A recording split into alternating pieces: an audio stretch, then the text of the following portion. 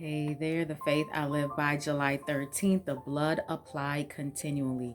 Hebrews 9, 13 and 14. For if the blood of bulls and goats and the ashes of an heifer sprinkling the unclean sanctifieth to the purifying of the flesh, how much more shall the blood of Christ purge your conscience from dead works to serve the living God? The sacrificial red heifer was conducted without the camp and slain in the most imposing manner. Thus Christ suffered without the gates of Jerusalem, and without means outside. For Calvary was outside the city walls. This was to show that Christ did not die for the Hebrews alone, but for all mankind.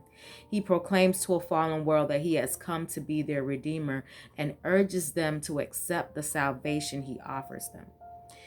The heifer having been slain in a most solemn manner, the priest, clothed in pure white garments, took the blood in his hands as it issued from the body of the victim and cast it toward the temple 7 times.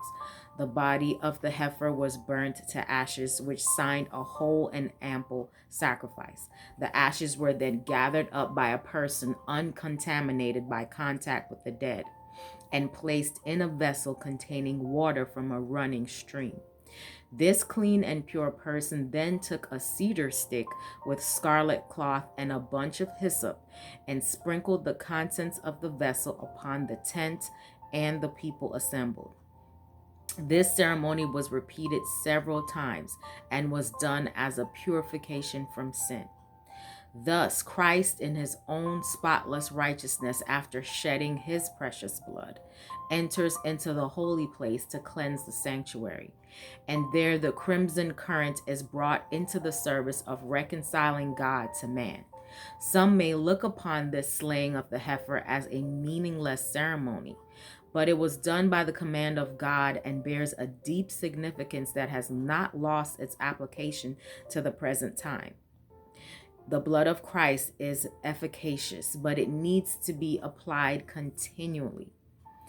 If it was necessary in ancient times for the unclean to be purified by the blood of sprinkling, how essential for those living in the perils of the last days and exposed to the temptations of Satan to have the blood of Christ applied to their hearts daily. Hope you have a great day today. Live in faith.